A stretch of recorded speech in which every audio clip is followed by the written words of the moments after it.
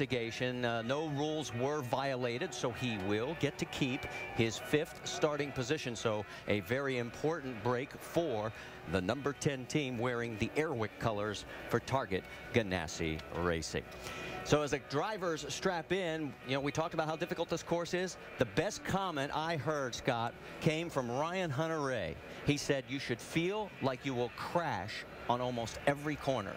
That's how hard you have to drive this track to go fast. And that's because of the surface of this racetrack, because of the bumpiness, because of the pavement changes here. It's going to be difficult for every driver in the field. Well, we are waiting for the command to start engines. You can see the drivers trying to stay cool as the temperature gets closer and closer to that 80-degree mark. That's not the warmest it has been, but remember, we're going to be in the cars for about an hour and a half to 2 hours. We get word now it is time for us to send it down trackside to get this race number 10 underway. Honda Indy Toronto race fans, are you ready? It's time for those most famous words in motorsports. Here to give the command, please welcome our Grand Marshal, Academy Award nominated actor, Greg Kinnear. Ladies and gentlemen, start your engines. Oh yeah.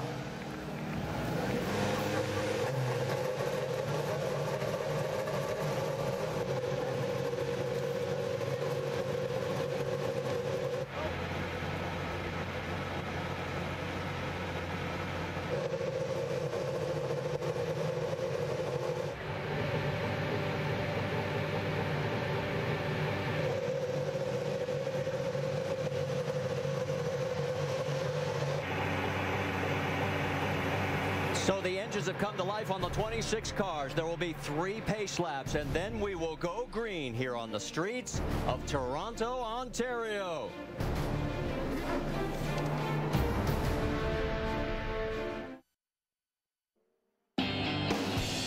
Here goes Tracy trying to dive bomb the corner. Does he make it? They have contact. Now returning. Yes, oh, they stuff each other. They take each other out of the race. Neither one would give. He would be the last guy that I would have taken out here in Canada. Obviously, Tracy and I had something, it's always going to be like that. We were racing really hard. I'm not going to say he did it on purpose, but I think it's just a racing incident. I wanted to get by. And Elio's right. There's something about these two. This is earlier today. That's Tracy on the left side of the screen. And down into turn 3 at the end of Lakeshore Boulevard, 170 miles an hour. And those guys came very close to lopping wheels because they touched going into the turn, and very luckily they did not have an impact. And as Elio found out, this is definitely Paul Tracy's town. It's great to be able to race here because it's my biggest fan base. One of the first major wins of my career was here. Paul Tracy winning for the first time in the Indy cars in front of his home crowd. This is like Canada's version of Manhattan. My dad's claim to fame was to paint the CN Tower, so everything that was originally in that painted, you know, top to bottom was painted by my dad. And then the most significant thing is the outside of the towers is where it's white at the top with the red stripe and black stripe. He was up there painting that, hanging with ropes off the side of it. And his father actually owned the painting company, and I have no idea what possessed him to want to paint that high up, 1,800 feet. And he will start 24th as you'll see the starting grid coming across the top of the screen.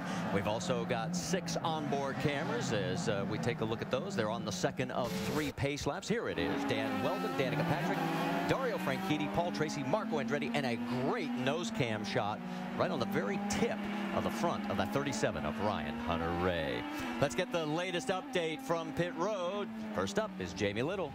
Well, Marty, all 26 drivers in today's field made an appearance in downtown Toronto on Thursday night. It was all about the fans. They signed autographs, walked the red carpet. But the most fun they had was the pit stop competition between the 2 Canadians, Paul Tracy and Alex Tagliani. And at the end, they both wore each other's jerseys. They were great sports about it. And you can bet there's a lot of fans out here today who would like to see one of these guys win. Rick?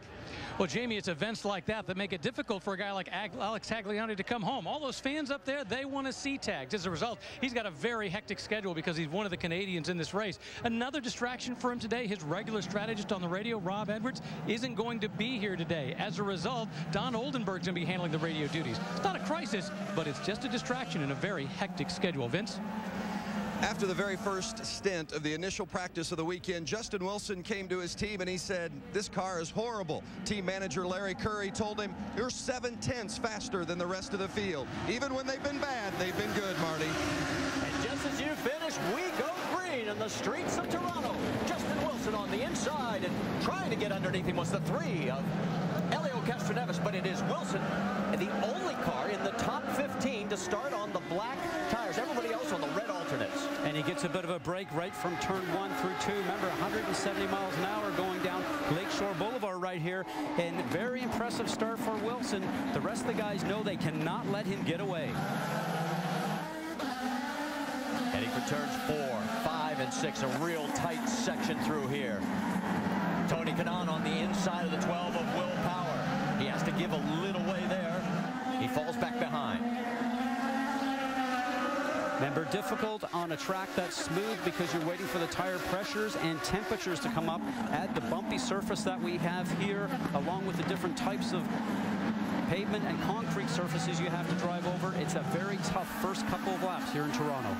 Getting ready to complete lap number 1. We'll give you an update. Vitor Mirror pulled off in turn number 1. We'll try and get an update as quickly as possible. At the end of the first of 85 laps, it is Justin Wilson, Elio Castroneves, Ryan Hunter-Reay, Dario Franchitti's up to 4th. Scott Dixon rounds out your top 5.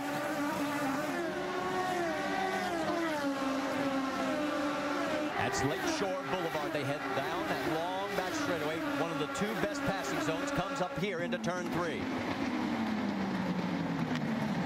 Dan Weldon has wing damage on the front, so he is in the pits on the right-hand side. Meanwhile, out on track, everyone holding station. And for Dan Weldon, who started 15th, he was right in the middle of the pack, so that's probably what happened with some contact. Vince Welsh? That's exactly right, Scott. When you have that many cars trying to get into a narrow first turn, they bunch up. There was contact on the nose. Weldon reported it right away. They had to come in and get it fixed. A tough break for a team that's already been struggling here this weekend. And he's back out on track. Let's go back and show you exactly what happened to Dan Weldon. This is down the backstretch right now, down into turn number 3. Sticks his nose in just, it starts to bottleneck up, and he ends up running into the back of EJ Vizo. Doesn't look like any damage to EJ, but certainly had the wing damage to Dan Weldon.